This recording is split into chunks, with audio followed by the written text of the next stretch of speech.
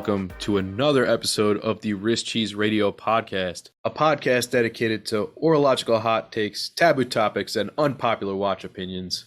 For those of you that don't know us, I am Bro Dinky, and with me as always is my co-host, Mr. Schmidt. Schmidt, how you doing, buddy? I'm a little worse for wear, as you guys can probably tell.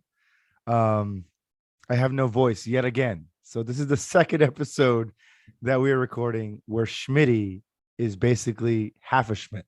Did it go straight through? Did you just never get your voice back, or what, has it been peaks and valleys, or what? No, I mean, 2 episodes ago, I felt like it was waning, and that was just because I think I was just over tired with work and stuff like that. So I lost it.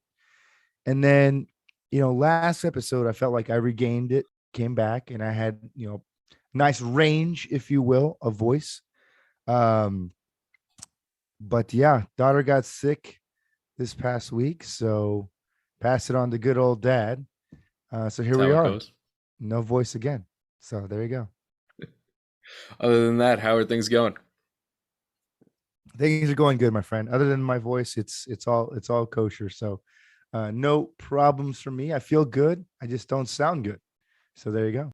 But hey, I'm here recording for you guys because I love y'all. That's right. We power through. That's what we do power here on through, Wrist Cheese baby. Radio. We power through. Speaking of cheese, we usually record late at night, and I'm finally getting my late night energy back, which is good. I don't know if I've ever told anybody. I've told a few people about this, that I do this really stupid diet throughout the year where basically like from after the Super Bowl to Halloween, I eat like super low carbs and keto, and like I lose a ton of weight. And then I eat like a savage between Halloween and the Super Bowl. It's like a solid like 30-pound fluctuation. It's a hell of a way to live, let me tell you. Bro, seriously? This is what I do. It's great. I'm gonna be so hold on. So what do you eat during these 2 different times? Yeah, okay. Like what are you eating now and what do you eat then? I mean, before I eat whatever the hell I want. That's the great part. You can live in sin. I can drink, eat whatever the hell I want. I don't have to focus on anything because I know it's going to come right off. And then I go into basically eating really high fat foods, no carbs, and just like some protein stuff. So, I mean, I eat a lot of salads, but like you don't got to worry about dressing.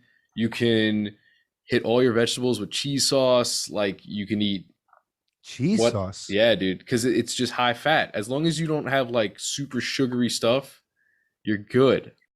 I need this in an Excel document, man. I think you need to send this. I'll hit you with it. It's wild. I mean, I didn't believe it at first, but I saw it was funny. My boss's son came back from college one year, and he used to be heavy as and he used to come back every year to work for us part-time, and then he comes back the next year and he's rail thin, and I'm like, yeah, dude, what happened? He goes, I started. Are you sick? Are you dying? That's what I thought. He goes, I started this crazy diet. I was like, well, what is it? He goes, I eat high fats. And I'm like, and you lose weight? He's like, yeah.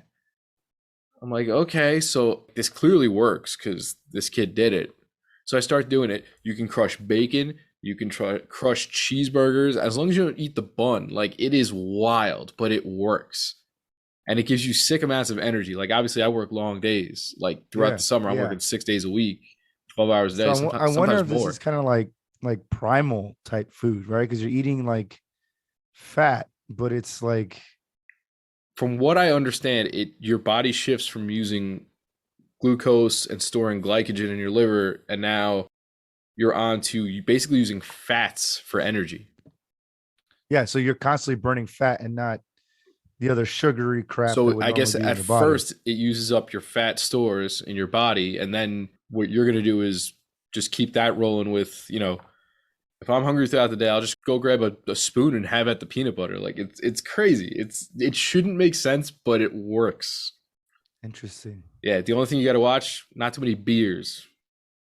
You can get away with it. Yeah, I've been trying to lay low on the beers unless there's a special occasion, because that was constantly my battle with weight stuff. Is just like you start having one beer, then you have 6 beers, and all of a sudden you're like 10 pounds heavier one day to the next.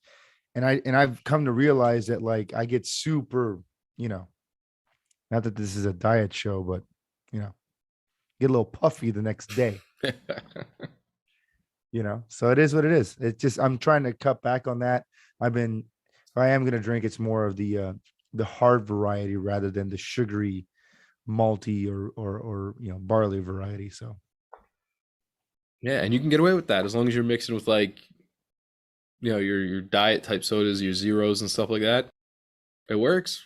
It's wild. I can't explain it, but it you got to give it a shot. Interesting. That is interesting. Yeah. So a good portion of the year, that's how you eat, and then at the very kind of tail end of the year, I just let it loose. You let it loose. So it's basically all the time that you would really want to eat like crap, which is sugary Halloween, Thanksgiving, Christmas, to Super Bowl, right? New Year's and then Super Bowl. Yep. Then you just shut it down. Yeah, and then by the time it's time to go back to the beach, I'm skinny again. I dropped to the same weight I was in high school. That's how crazy it is. That's pretty impressive. Yeah, it's very wild. But so this is what Everyone needs to get on the bro diet. At first, I thought it was just a fluke, and then I did it again the next year, and I've been doing it, and I do it every year now. It's great. Wow. So I'm thinking maybe I can get a cheese sponsorship out of this, right? Rich Cheese Radio, maybe like I don't know, what is it, the Cracker Barrel? The Cracker Barrel. Nah, man, we're going straight for Velveeta Shelton cheese, baby. Oh, yeah. That's who I want my sponsor to be. I don't know if someone's going to sponsor this post, please, somebody from a cheese company. Give me some Tillamook up in here. Let's get some shredded cheese. You got to try, if you never tried it, Boursin. You ever had Boursin cheese? Boursin, no. Spelled Boursin, Boursin cheese. It's like a whipped goat cheese with like herbs and stuff in it. It is ridiculous. Like you could just dip like pretzels into it or something. Obviously not when you're eating this way, but normally you can just like it's. Yeah, well, you just say that for the last remaining part of the year, right? Yeah, going into the beginning of next year. But you definitely give that a shot. Nobody's so ever had that. Is it a brand of cheese or like that's the type? That's the name. That's the name of it. Okay. Like you have like blue cheddar, Swiss. Like this is called Boursin. Give that a try. It is sick good. It's very rich, but it is crazy good. I will have to give that a try. I'm a sucker for cheeses, man. I'm a blue cheese fanatic. Like I used to hate it. That's rare. I used to hate it. I used to hate it. And all of a sudden, like college, it's just like boom, just switched. And like the stinkier, the funkier, the better, dude. It is like the best. Well, it's one of those things. If you have crappy blue cheese, it sucks. If you have good blue cheese, it's really good. For sure. I mean, it should just like smear thick like peanut butter, man. It's oof. And you're making me hungry. Welcome back to the Swiss Cheese Radio podcast. Yeah, exactly. Welcome back to Swiss Cheese Radio. We're here to talk about diets and destroying them and all things that are bad for us, including beer. Back to watches. So bringing it back. Okay. Before we get into the topic, did you see that Moritz Grossman world timer that just came out? Did it have a black dial? It has like a globe, like a map on the dial, and it's got like a bunch of different circles for time zones. I think I might have come across this on today. Everybody just posted it today. Like it's been out for a few days now, but everybody just posted it today. Let me see if I can find it. It's got some interesting stuff going on. It has these little circles all over the map. So instead of having a world time complication like around like everybody else does, it just has the numbers all over the map in the circles for the hour of what time zone they're in. Now, the interesting part is you look at the cities on it and you're like, these are weird. Why would you have Phoenix, Arizona? Mm-hmm.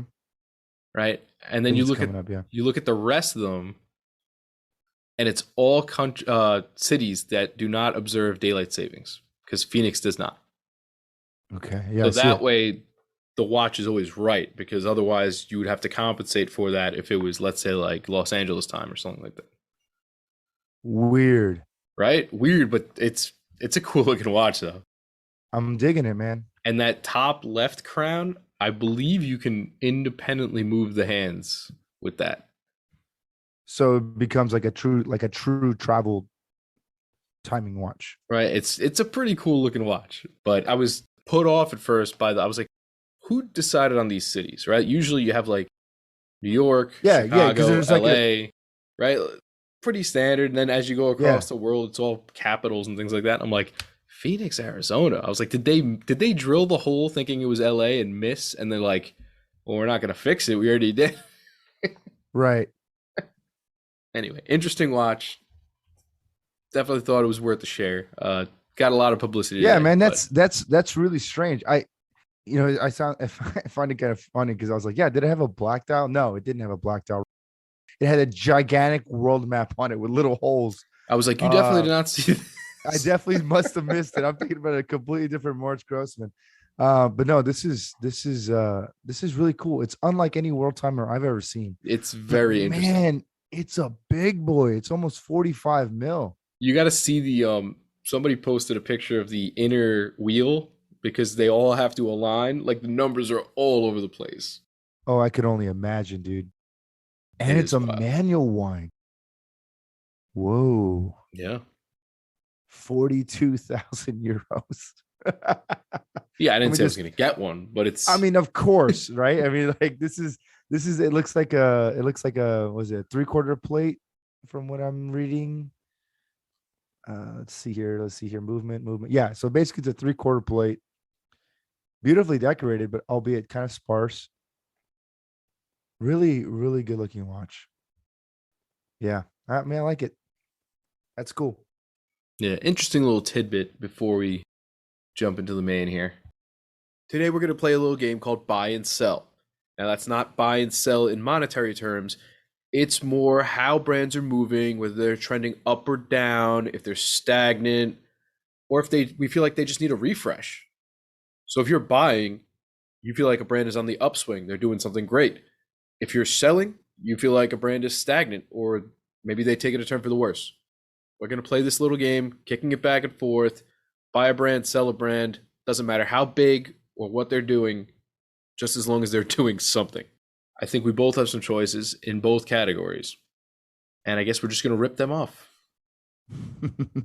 All right. Do you want to kick us off? Sure. So I'm going to start off with a little brand called Aquastar. Now, for those who don't Yes. know Aquastar, it was a heritage brand back in the 60s. And it was basically made by this Renaissance man. His name was Frederic Robert. I think that's how you pronounce it anyway. And they have like multiple patents with diving tech. They had a patent for special way the crown screws in, bezel rotation, all of this stuff when it was cutting edge technology. And eventually it got sold to a Swiss watch group. And then again to a pair of brothers in the 80s who wanted to develop quartz technology because quartz is all the rage then. So they wanted to make it into a regatta timer, like as their flagship type deal. Yep. Right? A super popular sport. Yes. It's gonna penetrate the mass market. Let's put our flagship model as just regatta timers. So finally, one of these bros got linked up with Rick Marai, you might know from Doxa, Yep. who is big into revivals these days. You might also know from Synchron. Yep. And basically wound up bringing the brand back to its heritage. And now they make these one for one replicas of their old models, right? They're the exact same proportions, and they use these fancy schmancy Lejeune Perret movements with column wheel chrono tech. They also make a non-chrono now, but the big drop was the Chrono 6. the I mean, Deep Star. yeah, that's honestly the only one for me. Oh, it's so good looking though. It's funky. It's so on brand. What do you call that left subdial situation? It's not even a subdial. So let me just make sure. It's just like a double-edged. Yeah, I mean, it's just because Like- keep in mind. So I'm sure there's a fancy so name the for way- this. I don't know it. That's why I'm asking. I mean, I don't know if there's actually a proper name for it, but basically, for those of you who can't see, it's a diamond shaped seconds hand for the running seconds of the time. Right. Because if you're looking at this watch, essentially, it's a 30-minute big eye chrono. Like that's the best way to describe it, Yes. right? It's a 30-minute big eye chrono. Why? Because when you're diving, really the only thing that's important here is minutes. I mean, quite frankly, like hours are irrelevant diving because only very skilled people can really dive for over an hour unless you're doing, different types of mixed gases, or you're diving at extremely shallow depths. That's really the only way on a normal tank you're going to hit an hour completely underwater, right? And that's with really good breathing technique. So here you got a 30-minute chrono. I'm just imagining that because this is really a kind of a function over form type watch, that they wanted to have a running second so that the watch is operational, but it's such an afterthought because the main indication is the actual time and the 30-minute chronograph function that supersedes it. So to have something that lets you know that it's spinning, great, but it's not the biggest focal point of the dial. Does that make sense? Yeah, It's just absolutely. a way to make the focus on the most sensitive part, which is the actual chronograph mechanism itself, not the watch actually moving. If that makes sense to our listeners. I know it's kind of a weird way to describe it, but the emphasis is on the other function of the watch because that's what's most important. Right. And I love the look of this thing. The big eye looks amazing. It's got that classic kind of H case, that vintage look to it, sort of like the 62 Moss type deal. They made it in green, blue, black. It looks good in every single color. And it makes sense why it sells out every single time. Yeah. Yeah. It comes in and then boom, it's gone again. And like you said, they have the Deep Star 2, which is essentially the same watch, just now in a non-chronograph version. And instead of the big eye, you kind of have a big eye, seconds track. Yeah. So there's no chrono. The big eye sub dial's on the opposite side, and it's not really a sub dial for chrono. It's just a seconds indication. But again, you can see how they highlight the emphasis on the actual seconds because you're using it as a timing reference for diving. Yeah. But I love this watch. I really do. I was super excited when they came back. Super excited. I've looked at some vintage ones and they're obviously very expensive. But these ones don't come in bad. These ones No. I think they're all $2,000 and under or around Yeah, there. and again, you're getting good movement specs. You're getting a classic brand. You're getting a very weird piece of traditional diving history from a brand that was synonymous with diving. And what's cool about Aquastar as a brand is, like many dive watch brands of that era, they would actually license out the production of their watches to dive shops in different like diving outfits because this was considered diving equipment, right? So you would have, Aquastar by US Divers or Aquastar by, you know, Aqualung's the same thing, but it would have its own brand associated with another company because they were affiliated with diving, right? So this would be something that you would walk into your local dive shop in Florida or in, Greece or the Maldives, and you would go and buy this watch out of the dive shop because that's where it was sold, because that's where dive equipment was sold. And to me, that is so cool. It's the same story with Doxa, some of these other very funky 60s, 70s divers. This is a cool piece of dive history. And I seriously want to have one of these in my collection. So that was my buy for round one here. It's a good one. My sell, I'm going to start with the easiest one. Probably the biggest running joke going is, right, everybody calls Audemars Piguet literally the Royal Oak brand at this point. Yep. There ain't nothing new coming out of there. The Code 1159 is abysmal. Hot garbage. I feel like that's one of those watches that people will say that they like to try to be different, but I know you don't. I The think chronograph is a little better than the other one, but yeah. still. Yeah, and they had the version with Aventurine dial, and there's some really cool like dial configurations on this collection. But overall, the collection's hot garbage. I mean, let's be honest here. And I don't know if we've covered this before on the podcast or you and I have talked about this offline, but I don't think anybody that's buying an 1159 is buying it because it's, a groundbreaking, record-setting watch. I think everyone's buying it because of the sheer fact that they know it's a commercial failure for AP, and they're hoping 20 years from now it's going to be uber desirable because it was a short-lived period of time when AP tried to distance themselves from the Royal Oak. And quite frankly, I think we've said this before. It's confused. It's a miss. It's not for me. I mean, they have other watches in their catalog that you don't even know exist. and that's just what it is, right? Like the Yeah. millinery, Yeah. who even knows it exists? I don't even think they advertise it. And Yeah. look, I don't know. I don't even. I love the aesthetic of the Royal Oak. I have always liked it. Yeah. But how long could you go on that? Well, as long as people want to keep adding diamonds and keep turning the dials glacier blue, I mean, it's they'll keep doing it. I mean, that's just the reality. It's because everyone is overhyping it. It's not a great movement. They're now changing it because it needs to be better. Same thing with the Paddock 5711, right? Like it has to be discontinued because the movement is ancient and it's not really that great of a movement. Am I crazy? Are we talking non-quick set dates? If my memory serves me correctly, that's correct. I don't know about the I know most for recent sure the one, but Paddock I know is, a recent one had non-quick set date. yeah. I think the one that didn't, I think the one that didn't have the quick set date was the ultra thin Royal Okay. Oak, because I think if my memory serves me correctly, I think Adrian from Bark and Jack did a video on this where he's talking about, he gets to wear this watch. It's amazing. And then he talks about that it doesn't have a quick set date. If my memory serves me correctly, I'm sure I'll be fact checked. You guys can go and do that. But I'm pretty sure Adrian covered this on a video last year at some point.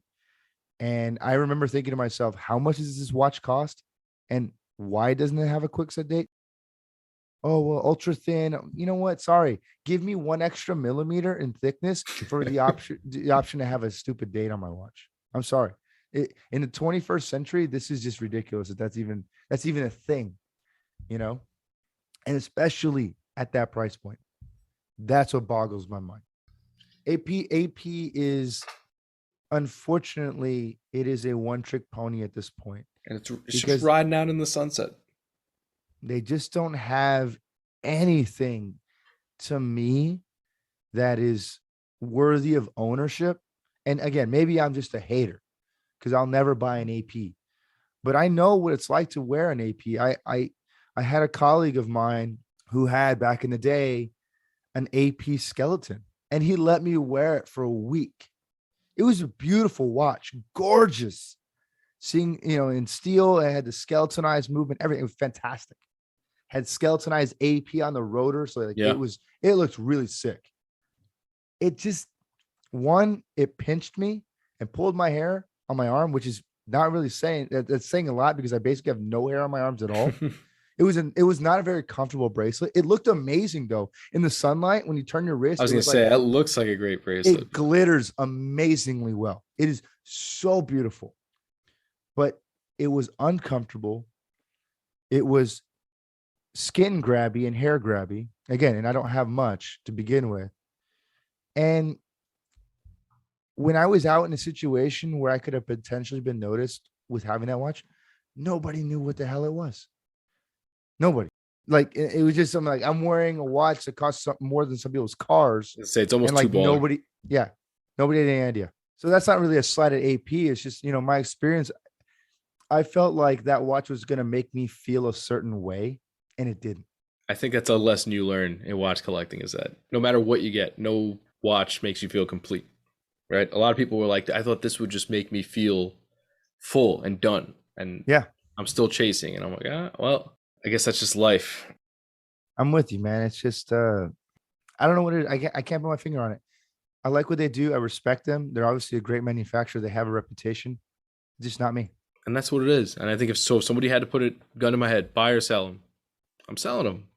Yeah. Except for, I mean, I get it. Monetary value is high. I get it. Yeah, but it's not always about the money either. I'm not buying watches for resale. That's an added bonus. It's cool.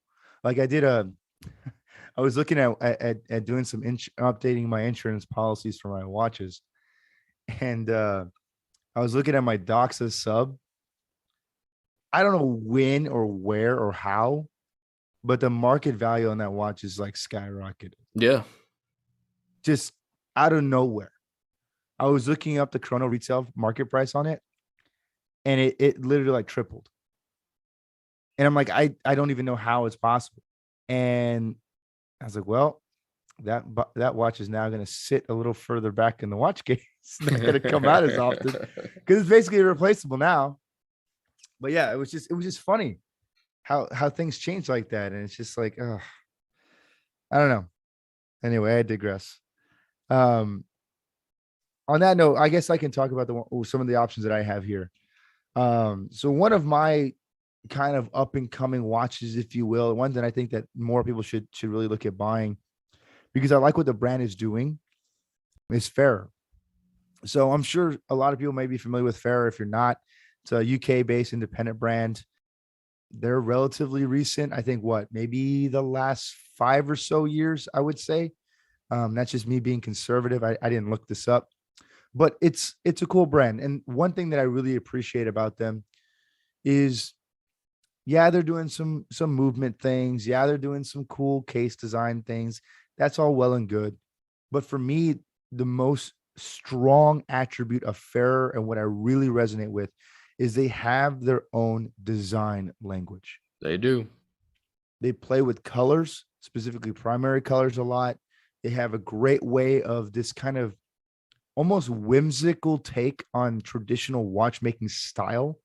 They'll incorporate, vintage syringe hands, but they'll do it with like a light blue color for the loom. And it's a crazy juxtaposition of style and trendiness that meshes really well that I think that they've really encapsulated very well. The only other brand that I could say has a similar kind of taste on that aspect would be someone like a Nomos, right? Yeah. Like they've taken their own style and like that's kind of what I get. They have a very similar kind of design aesthetic, even though they're two different brands, right? But I really like what Fair is doing. Their prices are exceptional. For many of their mechanical watches, you're looking, well under a few $1,000s for most of their pieces. And some of their watches are loom monsters. I've looked at some of their new pilots that they came out with either last year or the year before. That watch is insane. It just looks like a torch, and all the loom is different colors. It looks awesome. And it's just what they're doing and what they're offering at the price that they're doing it, I think is extremely attractive. And I think for somebody who's looking to maybe pave the way into maybe a first luxury watch purchase or kind of that mid-tier range, this would be a great alternative from a brand that has its own style. And it would be cool to bring to a meetup. You know, it is an educated choice is what I guess I'm trying to say. So I think Ferrer is doing some good things. I think people should take a look at them more seriously. And I think it's a watch to certainly look out for and to buy in the future. That said, one that I think you could just dump in the trash, kind of following the AP route is Bulgari.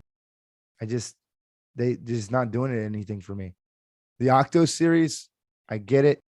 It's hierology. Some of their stuff is insanely good making in terms of movement design and thinness and, ultra thin chronos and micro rotors and all that stuff. All of that is great. Yeah. But when I look at the design of the watch, I just don't know if this is a watch design that will age. I said that before and I'm going to say it again. I just don't think it's something that I'm going to look back 10 years from now and be like, that was the fire watch. That was the watch to get. I think it's missing there. And I think a lot of people who are buying them and kind of riding the hype train now, because it's a good looking watch now, 10 years from now are going to be like, man, the market kind of fell out on this, kind of stuck with it. If I sell it, I'll get basically nothing for it. What else am I going to get? I think it's a little bit too trendy of a style. It's almost like when you see, whether it be in fashion or cars or something, where somebody tries to release the futuristic, like the projected futuristic look. Yes. And then design winds up going the exact opposite direction. And then that model or that design sticks out like a sore thumb because it wasn't it. Yeah. Yeah. That's what I can see happening. Yeah. I mean, I think about it too. Like, since you brought up fashion, you look at like some of the ugly sneakers that everyone wears, like the Balenciaga, like rubber boots or sock boots. I'm just like, how much do these things cost? And they look cool for 2020 when everything's weird and all that stuff. What about another fashion cycle from now? 2022, 2023. Like, is that going to be the it thing to wear? No, it looks like trash. Literally. But people get caught on the hype stuff and they're not focusing on classics and longevity. And I think you said it perfectly. it's like what people are trying to project is the future style rather than focusing on kind of more conservative traditional things. You miss the mark because what ends up happening is as that style changes and people navigate around that, you're left sticking out like a sore thumb, but you've also instantly dated yourself because now everyone recognizes that that was the future style that never came to be. That's like, did you ever see the meme of it's like when I hear somebody who's grossed out by the term moist, I know that the last time they tried to have a personality was 2011. But that was so good. But no, I think you're right. I think it's almost like how there's certain things that never go out of style, right? You have like Yeah, Chuck Taylors, you know, Levi's, exactly. like It's those just classic things. classic. Yeah, the Adidas shell top, right? They just don't go out. And then you Yeah. have these wild designs which are cool for the moment, Yeah. and then it's kind of the moment passes and it's just it's out Yeah. there. Like, I mean, again, I'm not a sneakerhead. I'm not going to pretend to be, but like I look at Yeezys. Like some of Yeah, them look cool, but then some of them look like an amoeba, like attached to your foot, and it's just like it's not the thing. It might be the thing now, but on StockX buying these crazy shoes for a passing fashion statement, man. I hope you can offload those right. puppies What later. happens if Ye does something crazy and then you don't want to wear his shoes anymore? Exactly. I mean, the market just drops out 1 second to the next. And now you're left with amoeba shoes on your feet, man. At least they're comfortable, I guess. Yeah, they really do look like the low level armor and boots that you get when you're like if starting out a video game. I've seen people describe it as that. It's so funny. Oh my god. It's like welcome from the Elder Scrolls. Here's your feet. Your starter And pack. here's the leather wraps you found in the wild that you can now cover your feet with. Ugh, all right. My second brand up for a buy is a brand that, I feel like if people looked into this brand more, they would like it a lot because Zyn is a favorite of a lot of watch people. Yeah, yeah. And a brand that I consider pretty on par with them is Damasco, Oh yeah, yeah, yeah. I German love the dive brand, watches. made in the 90s. So they were started by a guy who was into space engineering, things like that. And he tried to carry over a lot of that material making and even refinement techniques into watchmaking to basically make Yeah, yeah. more or less super watches. And they actually used to supply cases to Zyn, I found out, in the up until Really? the early 2000s, which is interesting. And Yeah. then once they used to, I believe, be ETA movements. And then once ETA started doing the whole crackdown situation, So it's just Salida? yep. No, Yeah. switch to in-house. They have In-house. in-house movements now since I 2014. did not know that. Yeah. So that's super interesting. There are Huh. 150 different patents that Damasco holds for whether it be materials, material refinement. They are not that expensive. Right. I see a Yeah. lot of them come in under $2,000. The most interesting thing I found out about this brand is that I guess their brand owner, he does not do advertisements. Really? People said, "Why don't you do advertisements?" And he said, "Because I want the watches to speak for themselves." That's kind of gangster. I thought that was pretty ballsy. That's kind of gangster. But so these I'm not watches gonna lie. have these crazy case materials. They're super light, they're super tough. They're not overly thick or obnoxious. They have sweet movements in them. I mean, for me, there's like nothing not to like. I feel like almost because they don't advertise, they're sort of like a hidden gem in the industry that you've seen. You've definitely seen the name before, Oh, for sure. For but sure. yeah, They've crossed my path for a long time.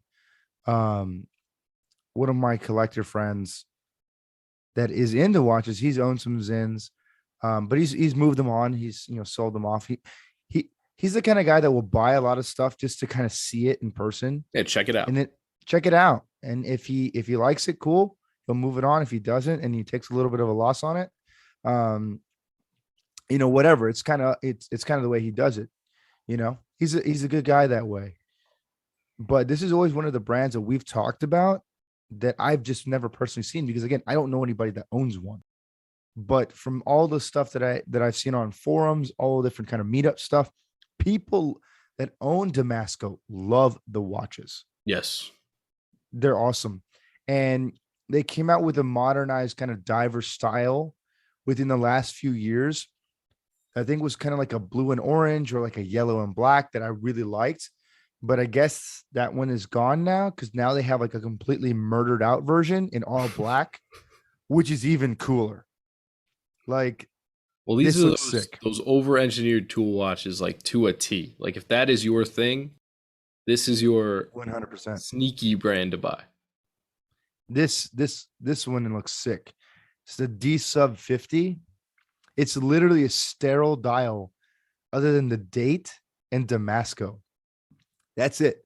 No depth rating, no nothing, just all blacked out case, 300-meter water resistance. Like, not gonna lie, this is pretty sick.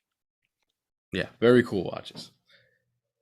On my sell list, and it's funny because I'm noticing a trend here that I like a lot of these brands on this list.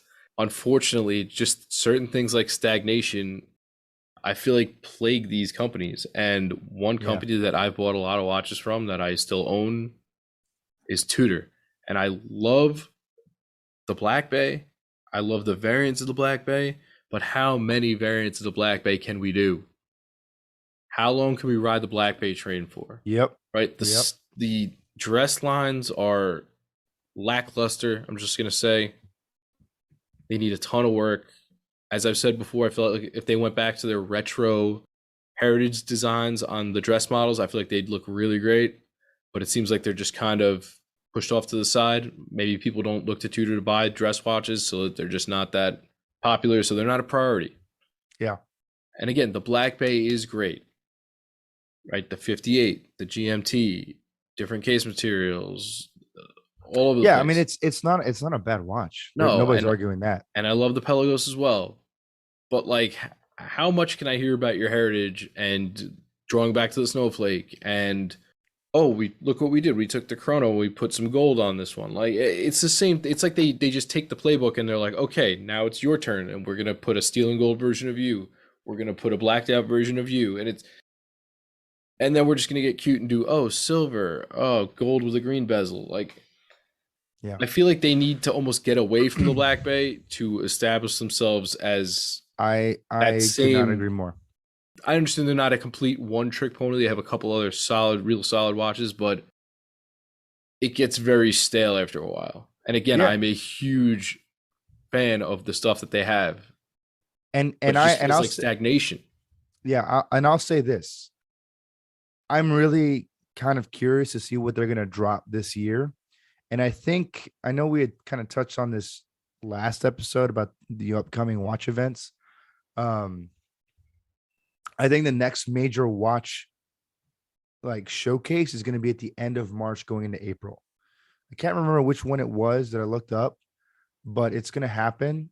I think Tudor's going to be there, Ors is going to be there, a lot of brands are going to be there. And I'm really curious to see what they're going to drop because I've been saying this for a long time myself. Tudor needs to be careful because the Black Bay has been a successful line for them. This goes all the way back to 2012. And again, the Black Bay line relaunched Tudor for the US market because it had been gone for like 9 years. Right. They just stopped selling in the US. They're like, yeah, it's not an important market for us. Let's just focus on Europe and other places, the UK, whatever. So let's just take everything away and the US can, they can go get bent, I guess. So they stopped selling it. So the Black Bay was the relaunch and everyone loved it because they're like, oh my God, it's like a Submariner, but it's cool. It's vintage. It's larger. Youthful, it's hip. It's youthful, right? Like it's a younger man's watch. It feels different, which I think are things that make the Black Bay extremely attractive. Yes. But what they're running into now is everything's the Black Bay. Black Bay bronze, Black Bay ceramic, Black Bay 58, Black Bay 41, Black Bay 58 blue, Black Bay 925, Black Bay gold, Black Bay, or as I call it, the Baytona. I mean, like everything's Black Bay, right? So even though these are decidedly different models, They look very different when you put them side by side. At the end of the day, it's still the same watch. And it's kind of in essence the Panerai syndrome. Like once you've owned one, you've kind of owned them all. Yeah, And even if you do decide to collect, like even if you do decide to collect, how many are you really going to collect? Are you going to collect all 58 flavors? Or are you going to collect maybe what 58, maybe a GMT, and that's it? You know, no, there's not that's that's what I it. think it is. I think it's a case of less is more, and I just feel like this dilution because there's such a breadth of offerings there that it just leaves like a bland taste in people's mouth, Yeah. right? They don't see Black Bay as something special anymore. You're just like, oh yeah, it's that. It's that whole And group. You can get and any which one you want. yeah, and I think a large part of this is just coming from the fact that Black Bay in many ways is desirable because their larger brother company is almost impossible to get. Right? We've touched on this. Okay. So I think that just by proxy, they're like, well, we know you want to get a Rolex sub, but we don't have one to sell you. So let's take a look at a Black Bay, right? And maybe if you purchase a couple Black Bays, you get those up in your belt, you get some spend history with us. Maybe we can start talking to you about a sub in 2 years, right? Like I feel like that's kind of the position that Tudor is taking right now. Is it's in essence a way for them to move product, but also as a way to get people to buy stuff from Rolex in lieu of buying actual Rolex pieces. And I'm sure there's retailers out there that are listening to this and they're like, yeah, that's exactly what we do. Because that's what I've heard is being done. But I'm curious to see what's going to drop. I think, and I'm calling it right now, I think we're getting a new Pelagos this year. I hope I so. really believe it. I believe it. And I said this to you and I think you and I talked about this before offline. We got the LHD, which I think was a step in the right direction at the end of last year.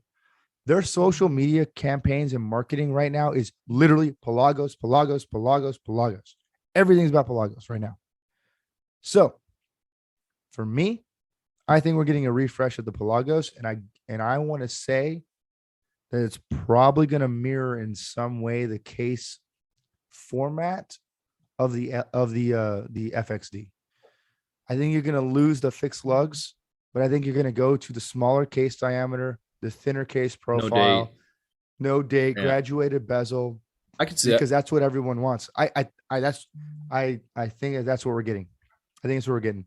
So I'll be curious to see if that's actually what happens, but I'm gonna call it right now here on the end of February, the 25th, as we're recording this episode, we get a new Pelagos. I just hope and please God that they refresh one of their Explorer type watches, whether it be the North Flag, they just nixed it, come back with something fresh, or Just do the just Ranger. I was gonna say the old Ranger. Give me a roulette Yes. date wheel, make it look E- 1016y, and give me a good size. Even if you just give me I mean, you already have a Black Bay 36, right? Just take that same format, lose the Black Bay hands, keep the snakehead hands, and make it an Explorer type watch. You got a banger. That's a home run watch. You keep it at $3,000 or whatever the price one is of that Black Bay 36, and it's done. You have an instant home run watch. Because here's the thing, people aren't getting Explorer ones at Rolex, and that's an actual Explorer watch. You know what I mean? Like that Ranger is cool. It's a cool watch. So for them to bring it back, like just bring it back in a right way. They brought it back in the right way that was good for 2013, 2012, when everything was a little bit larger. Now things are scaling back down. So give us a Ranger in modern size. I think that would be a home run. Yeah, and if you want to be different, you don't want to be 36 millimeter Explorer, give them 38. It'll Yeah. do the job. Because the current one's what, 41? 41. Or is it 39? It's I think it's 41, Yeah. but it's proportionately bad. It It looks is terrible. proportionately bad. It just looks very and, empty. and that bracelet, because it's not integrated, the bracelet just like makes it look Yeah, massive. or you can get it on a bund. Oh god. Jason Heaton's favorite strap, the bunt. And again, The butt I'm actually a very big Tudor fan, especially of their heritage stuff. But like, don't just be Rolex's stepping stone. That's Come what they on. are, I man. know That's what it they are. sucks. It sucks. I know. But that's why we're having this conversation. So sell all of your Tudors. Just get rid of everything. Sell them all. Flood the gray market with your tutors. Yeah. All right, you are up, my friend. All right, buddy. So for me, this is really no surprise. I own one. Uh, I think a lot of big things are coming, especially with new technologies. But I'm gonna have to say, everyone needs to go out and buy Oris. I mean, we talked just on that article last week Yep. about Fratello. They came out with, kind of Oris is one step away from really becoming a huge mainstream brand in a lot of ways, especially at their price point. But I think that they're also not afraid to push the envelope. And when we saw that the Cloisonné enamel diver, that's like Yeah. $30,000 for an Oris. Wild. I'd never pay that, but somebody is. I'm pretty sure they're all probably pre-sold to important people. And Oris is really changing up the game. VJ in the United States is really taking a lot of ownership of this and making things happen that are big for the brand. And we're seeing a lot of cool, innovative models come out. They just released a new Diver 65 with kind of a glaciery blue dial. It's got the steel bezel in a smaller size. Yep. Looks There's good. it looks good. There's the other Diver 65 version. The one with the, I think it's like a smoky blackish dial with the blue loom. Yes, that's what I'm talking about. I Looks good. I forget what they call it, but it's like always on or the turquoise glow or something like that, because the Yep. loom looks like it's always charged up even though it's not. I like it. That's a sick watch, man. I'm sorry. That on a tropic, like let's go. Yep. Let's go. That's heat. It is a good watch. And the thing, if you've never tried on a Diver 65 or really any Oris right now, they wear so well. Like my Diver 65 is the OG black dial funky numerals. Like I love the watch. And the wearing profile of this watch is so thin. It's just insane how thin it is. Their bracelets are great. Tropics are great. Like it's a great brand. They do really cool, funky stuff. The Aquas line is great. They now have the integrated and quick change straps. So they're doing a lot of things. We just saw them release the new rectangle kind of Art Deco models. They have the new pointer dates with the new movements.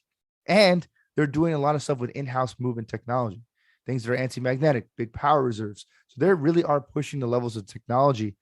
And it's really interesting. I kind of, although they're at two different price segments, I kind of like an Oris right now in we'll call it post 2020.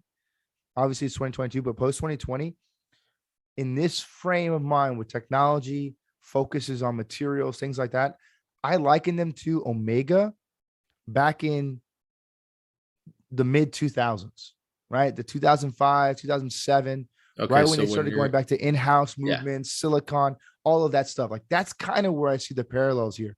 This is a brand that is not afraid to push the envelope, and they're going to invest in technology, research and development, and making their watches truly something special. I don't know if they'll ever move up quite up market, right? Where they're going to start competing with a brand like Omega, but they sure as hell could compete with Longines. They sure as hell could compete with Tudor. I was gonna say that's why Tudor has to look over their shoulder, I in mean, my opinion. yeah, this is a brand that is dynamic and it's mobile and it's ready to go. So I'd say look out for Oris, man. They're coming. Yeah, and it's They're funny. coming Even for somebody. even a few years ago, I probably wouldn't have said that, but like No. even just in the past year, like they show tremendous. I guess you call it like I forget what the word I'm looking for. It's not mobility, but the ability to be nimble and move with the trends really quickly. It's dynamic. And they really, really, really they get their finger on the pulse and they get it out like Boom. Yep. ASAP. Like that, those cotton candy divers, they came out of nowhere and they were such a hit. Yeah. Right. And that was before the pastel craze was so big like it is today. It was, the Oyster Perpetuals were out, but it was like, I don't know if we like these. Am I gonna get this one? Looks like a parking cone. But like I got that cotton candy in that I You gave donated. away, raffled away. Yeah, dude. That thing was great. Like I was astonished how thin it wore. The bracelet tapered beautifully. I was like, I think I would. Do like I to own really one have of to these. give this away? Exactly. I was trying to check for the donation Exactly. myself. And you know what it is? No, I'm with you. I'm with you, man. I think you said it right. They keep their finger on the pulse and they're dimble. I'm gonna say one thing. VJ, if you're ever listening to this, he follows the pod. He does. I know. I hope so, man. I will say this, man. Talk to bro. Let's do an always on turquoise version for next year's or this year, I guess, is breast cancer. Let's do a pink loomed version. So let's do a cool dial with that would be pink insanity. loom. That would be so sick for giveaway number 2 if Oris is still down. I think that would be sick. Yeah, my contact, he already hit me up and he's like, "Yo, you're in next year, right?" I'm like, "Crap, now I gotta like live up to this hype." Hey, man, our podcast is growing. We'll have some more support, and that maybe that's our big thing every year. We'll just one of our podcast listeners, you donate something, you get entered into the raffle. It's benefiting a good cause, and you might get a free watch out of it. It's a win-win for everybody. The Philanthropy Cheese Podcast. There you go, man. We're all about giving back, baby. All about giving back. All right, and who are you dumping? Man, I got a dumb tag. Okay, fair enough. I got a dumb. I mean, I don't think it's really a surprise to anybody, but I just think Is with their it the 26 17-year-old CEO? 26, I'm kidding, 26. obviously. But I think, yeah, with the 26-year-old CEO at the helm, nothing against what he's doing, but I just think they're confusing the brand. I had a conversation with a friend of mine about this. You know, last year they came out with a new refresh for the Aqua Racer collection. I love it, by the way. I love the Aqua Racer collection and I think it's a 43 millimeter. Especially the Night Diver. We Yeah, touched that on Night this a bit Diver is tight. before. It's sick. It's an amazing watch. I love it. But then I'm looking at some of the other watches because, like, just earlier this year, they did a refresh of the refresh, and now there's a new Aqua Racer collection. And I just saw on social media that they're doing a whole marketing campaign, launches all over the world to debut this new collection, and it's completely stylistically different than the one they released just last year, and now it's in 41 millimeters. Mm-hmm. So I'm looking at myself, I'm like, okay, you had a great home run looking watch there, and now you have another watch here, but they don't share the same design language, but they're both Aqua Racers and they're both tag, and I don't get it. I just think it's another brand. It's just like, it's confused, dude. We need a confused stamp. Like, that's what I want. Just boom, it's confused. Like, the brand is confused, the watch is confused. I don't know what's going on with tag. And the thing that kills me is I look back at the history of this brand and the stuff that they've been able to accomplish as a brand, whether it was Heuer or whether it was Tag Heuer. It's the same brand. They bought all of that history. They have the rights to it. They just don't ever use it. And it's like, It's their bread and butter. What are you doing? I'm just like go back in history and get a manual wine Salita chronograph and re-release the Carrera in a 39 millimeter in manual wine. Just do that. People will buy it. You saw how quickly sold out of the Hodinkee Skippers. My God, like, can you just imagine if that was a production watch? Like, people would buy it. But the brand is so concerned with trying to be avant-garde that they're missing the mark. They're trying so hard to be cutting edge and innovative that they end up falling flat on their face and selling Mario smartwatches. Yep. It's just like, I don't get it. You look at some of the most iconic watches of all time in chronographs, specifically the Monaco, the Carrera, the Altavia, their calculator series of watches. I mean, these are, the Seafarer. Man, could you imagine they did an Abercrombie and Fitch Seafarer re-edition? It would break the internet, dude. They actually have a lot of regatta timers, I think. Yes. Yeah. And that the Skipper was a regatta timer. Yeah. I mean, like, and they all had cool names. Yep. Skipper, Seafarer. I mean, like, these were cool names. And I mean, the Cal 11 was right there with the El Primero. Yeah. I mean, Tag was so cool. You could send in all of your Marlboro cigarette boxes and get a free watch in the mail. I mean, like, this was the 70s, man. Like, they were doing crazy stuff and they were selling like crazy. Where's that Tag? Because I miss it. I want it back. And if I was a fly on the wall in some of these marketing meetings or boardroom meetings or CEO meetings, man, I would be holding somebody's feet to the fire. But I think a lot of these changes are indicative of a much bigger problem at the Tag company that maybe we are not privy to. And that's all I'll say. I think that's all you can say.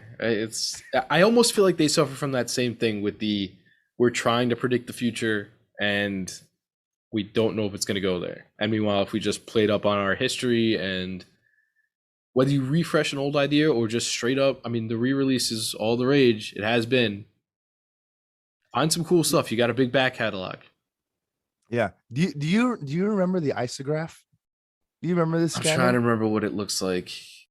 I feel like I've seen it. I So the isograph came out a few years back, and it was right when Tag launched. oh, I do know. It looks like people said it looked like a spinnaker, right?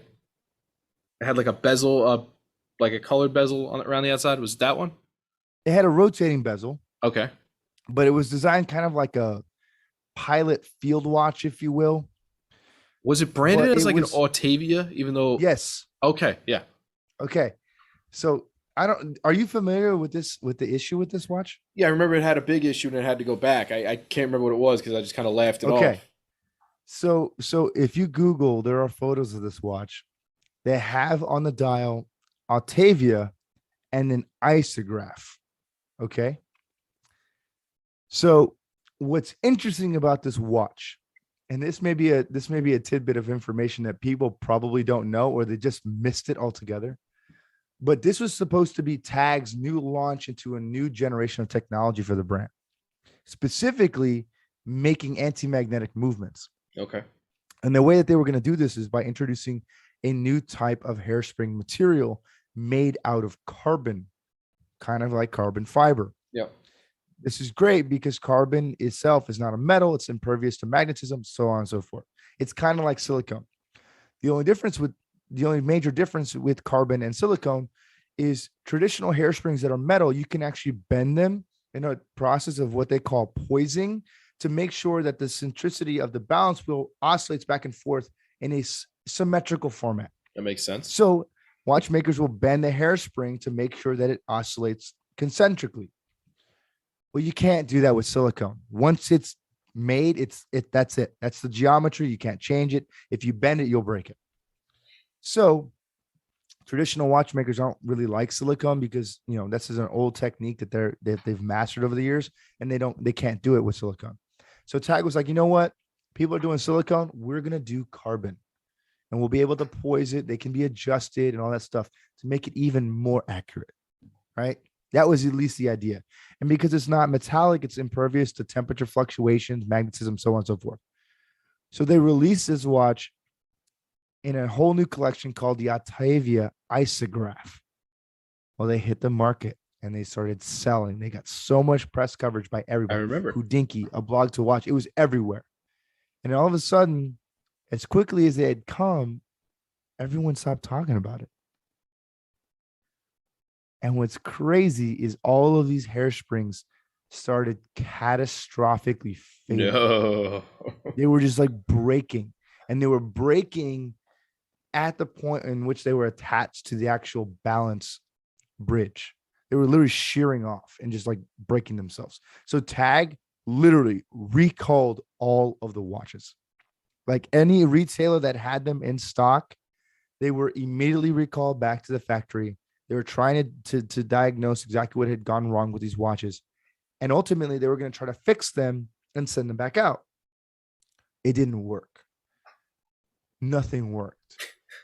So essentially, they had all these watches that had catastrophic failures. They quietly pulled them from the shelves and they quietly relaunched them as Octavias with new dials that didn't say isograph anymore and just had the regular caliber 5 designation on them, and then resold them. What's funny is one of my collector friends, whom I've mentioned before on this podcast, he has an original Octavia with an isograph movement inside, and it works just fine. So I don't know if they were all messed up, but his works. And I'm like, you better not ever sell this watch. Definitely not. You gotta keep this one safe, man. This is a one of one right You need now. proof that it existed.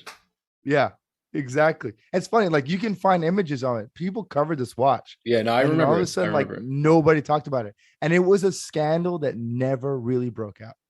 I thought it was so interesting, but I caught it. And I talked to some people about it that were in the industry at the time that remember, and they're like, yeah, that as quick as it came, it also went away. So there you go. There's my Tag tangent. All right. My last one here because I know we're running along on time, is another Heritage Revival brand, which we touched on recently on the pod, which is Nevada Grenchen. Ah, yes. Bye, bye, This bye, bye, was, bye. yeah, this was a brand that actually put out some of the first automatic watches way back when, and was a victim of basically the quartz crisis, 1980s, Yep. right? They kind of just fell out of favor, and they got rebooted in 2018. Now, you might have also seen this in history as Croton, Mm-hmm. because this is an interesting story, actually. The name Nevada, when it came to the US, was too close to Movado. So they had to distribute it under another Ah, name, which is where you get Croton from. So Croton used to interesting. I didn't distribute know their that. watches. Pretty So interesting. it's kind of like Longines and Wittenauer, right? Like they're just same watch is just sold under a different label Yep. in a different country. Yep. Makes sense. They really caught fire when it was actually on the Talking Watches with Alton Brown. He has a vintage Nevada Depth Yeah, Master, original. which is the baby Panerai, they call it, with the Yeah. Pac-Man dial. Or the Pac-Man. Yeah, Yeah. yeah.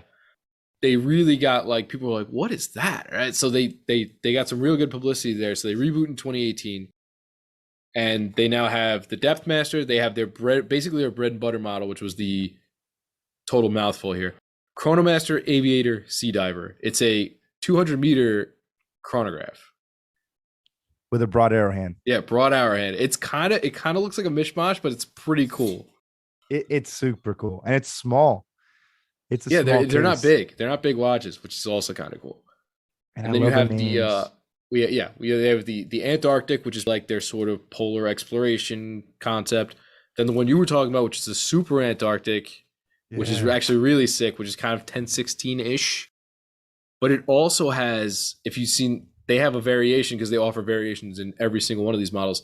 The Super Antarctic has a variation where it has like the radioactive green lume, kind of like the Oris does that we just talked about, but it's green Mm-hmm, mm-hmm. looking. Yeah. Looks really good. Like the gilt looks good, the white looks good, but for me that kills it. And again, they offer on tons of bracelet options. I think you said they were going through Forstner, right? Yeah, Forstner. So they're good bracelets, and then you can get tropics, you can get leather straps, and then you can get these watches in every which variation. I mean, they have different seconds hands on them. They have, like I said, gilt. They have anything you could ask for, and then they have these other really cool variations that are a little more upmarket. I don't know if you've seen them, but they have value movements in them. Yes. Because I think that they do some manual and then they do some automatic. Yep. Yes, they also do that as well. You are correct about that. So they have this, they call it the Newman because it's akin to the Paul Newman, because you know how the Paul Newman Daytona has the counters inside the subdials, Mm-hmm. like the little black squares. This Yeah. also has that, and so that's why it's called the Newman Panda and the Newman Reverse Panda. It has nothing to actually do with Paul Newman, but because it shares an aesthetic. Yeah. And I think also too, I think if I'm not mistaken, Singer was the dial manufacturer for the Paul Newmans for Rolex. And I think Singer also did the dials for the Nevada Grenchen on those models in the original history. So there's another reason That why would make a they're perfect tie. Yeah, yeah. absolutely. There's another reason why it's a tie-in, I think. From what I can see, they use all Ediclone movements, whether it be Solita or Soprod or whatever. So you're basically getting Eda technology. Not going to go wrong there. And most of the watches are pretty cheap. I know like those Antarctic, Super Antarctic are mostly under 1,000. Yeah. I So know sick. even the Depth Master I think is just barely over 1,000. So you can get in pretty accessibly, especially by today's standards. Get a heritage brand, cool vintage styling. For me, that's like a why not. I mean, it's a lot of fun. 100%. I keep coming back to them. That's one. They're a brand. Every once in a while, I reopen my browser and I'm like, maybe I could use one of these. It would be so sick. It would be really sick. Yeah, but you got to make sure if you want one, you got to get one because the variations sell out. They sell out fast. Yeah. So Did you see the tropical dial one that they did? yes, it's the Chronomaster. It's a Chronomaster Aviator Sea Diver, but it's the brown tropic dial. Yep. Oh my god! And like I don't know if it's like an old dial or if they just like artificially aged it. It looks so good. So good, man. I don't Yeah, know, bro. Maybe we got to get some matching Nevada Grenchen watches this year. they had a limited run of 50. A big eye version of the Chronomaster looked really good. It had like an orange lollipop secondhand on it. Yeah, yeah, Looked yeah. really sick. And I think it had a value in it, but I think it was like $5,000. But I think it was limited run 50 pieces. But very, very cool. What's up, man? We getting matching NGs this year or what? Maybe You know, I'm liking the Super Antarctic, man. it is. It is pretty fire. Oh, I love it. I think it's so good. Move out of the way, Tudor Ranger. This is where I'm Yeah, going. that's what I want to release. That right there. On a Forstner bracelet, baby. Come on, give me some Dude, classic. please. I hate the Tudor rivet. Yeah, it's sick, man. It's sick. Again, there's so many easy targets to mush. Right? You have Panerai is always an easy target. Yeah, You have Rolex to mush because you hate their tactics. And to be honest, I was listening to another podcast recently, and somebody said something interesting. He's like, I don't even really want that many Rolex models. He's like, there's probably like two that I would really want. And he kind of went through it, and I was like, dude, you're kind of right. Like when I Yeah. think about it, I feel like right now the only appealing model to me is maybe the GMT Master. I could see that. I could see that. For me, there's only one that I would really want. It's well, I should say two. It's either the green bezel Submariner, just because it's different. Black dial or green dial? Yeah, oh, the black dial, the new one, the The 41. ceramic one. Okay. Yeah, yeah, yeah. The Cermet or whatever, Yeah, yeah. Starbucks. Starbucks. It's a dumb name. It's stupid. But the Cermet, I think, is probably better. That one, and maybe just a standard OP. Like that's it. Not only a Tiffany blue, just give me a blue or a black or a white or a navy or just something simple. That would be it. Because that to me, that's kind of the Rolex. Like it's just steel sports bracelet, no Cyclops, no date, just workhorse. Boom, done. Yeah, I think for me, I think it's the GMT Master. I really do. I think most of any Rolexes I want would be vintage. Yep. I even like the vintage Datejust better than the current Datejust. Yeah, I just do. there's something about it. Yeah, and I kind of like the old janky bracelets. Yeah, I'm kind of with it. And- You know. And so, hence why we're all about that Forstner. Yeah. Yes. This podcast is brought to you by Forstner Bands. Force Bands. Just kidding. I have like two or three of them. Might as well be. I know. It's like, can you please sponsor us? No, we're just kidding. We don't take sponsors. But yeah, it was an interesting concept when he said it. I was like, huh. And then I thought about it, and I was like, yeah. It's like I think if somebody said you could have one model, I was like, yeah, I guess it would be GMT. Because even the Explorer 2s now, I hate the proportions on it. Yeah, it's not a fan. I'm not a Explorer fan. 1, it's great, but it doesn't do anything for me that much. Same with the sub. I don't need a sub. I just don't. Daytona, I don't even want it. Not at 50 grand. I honestly don't want one. The only purpose of me getting one would be to resell it. I do not Yep. want that watch. Yep. People might say you're crazy, you're full of it, you're just trying to be against the grain. No, I do not want that watch. Unpopular opinion. Sorry. It is what it is. Sky Dweller, kind of cool, novel concept, but I wore one. It's not that comfortable. No. Very big, It's top heavy. It's top Yep. heavy. Yep. Again, you're going to get that big presence hanging over your wrist, bobbling back and forth. I don't want that. Give me something that wears nice. I think for a lot of people, when they get the Rolex call, they're just so excited at the opportunity to have purchased a Rolex that they just buy anything. And you got to give them Given- credit. given- That's what they've cultivated as a brand. Yep. That's Given the amazing that people are clamoring for opportunity. That is an amazing thing that they have achieved, and you cannot take that away from them at all. And they are just masters of that level of marketing. Yep. Cannot take it away from them at all. That is unmatched. But I wasn't even going to pick them. Really, who I'm selling, and again, this is a brand I really do like, is Zenith. I love the El Primero, but outside of those El Primero lines, you really got to get it together over there. Yeah. It's sad. I think I like the ladies' models better than the men's models outside of the El Primero. Yep. It's just, and give it another one to the confused stamp. Like I feel like the Defy has lots of potential, just little tweaks here and there. Yep. Did you see that they're also now selling refurbished vintage Zeniths? Really? I mean, I like that Yeah, that reissue Zenith they put out. That was cool. but these are original Zeniths. They call them Zenith icons. So there are Zeniths that they source. Either they buy them back from collectors or whatever. They will service them with as minimal impact as possible. And then they will resell them. And I believe with Zenith warranties. But That's interesting. they're selling them at like a premium, obviously. Yeah. So there's a gold El Primero one here. As part of the Icons collection. It's 50,400. But it's a solid gold El Primero from the original production. 69 to 72. Yep. Which That's is interesting. yeah. I almost It's wish a, brands it's would do that. it's More it's kind of a brands. bold strategy, man. I mean, it's a crapshoot for many brands because you have to stand by, the quality of the product, and it's obviously an older product. You know what I mean? So there's a thing there, but it also gives collectors peace of mind that they can buy a legitimate watch from the brand that has been quote unquote inspected and serviced and really maintained, not restored. That makes sense. Yeah. See, that's a great idea. Like if I could, I've always wanted certain models like Seiko models, like an original Tuna or an original 62 Moss.